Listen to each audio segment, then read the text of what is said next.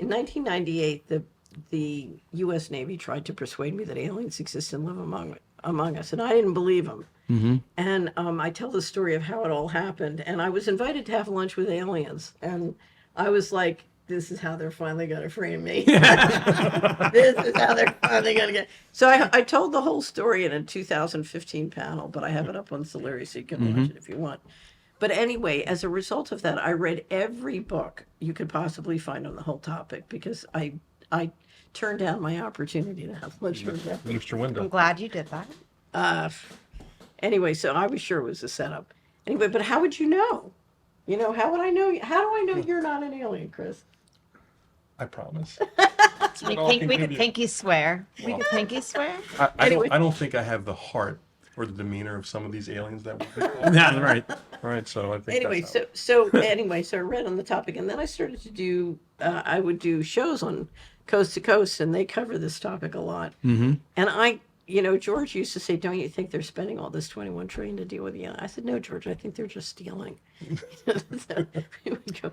But it was clear there was a phenomena. And if you look at where the 21 trillion was going, I'll never forget. I don't know if you've ever seen the documentary on the Phoenix Lights. It's this No. huge spaceship that came down the side of Arizona in 2000. When was it? 2000. I don't know. Sometime it was when Stuart Symington was governor, and I remember it. I walked into the Bolivar. What was the name of that DVD? The video. Blockbuster. Blockbuster. Mhm. And it's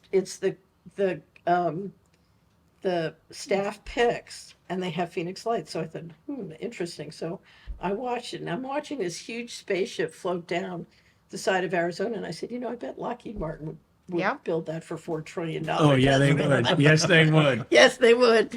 So that's all the question. How much?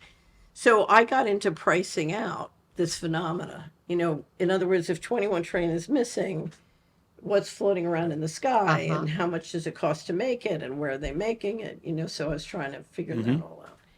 Anyway, so I have read and studied a tremendous amount about that phenomena, and I can't tell you I've ever reached a conclusion.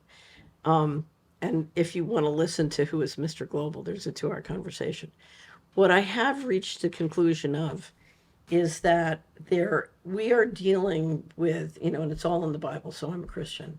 We are dealing with angels and demons. They are real. There is good and evil, and it's a spiritual, we're dealing with spiritual intelligence.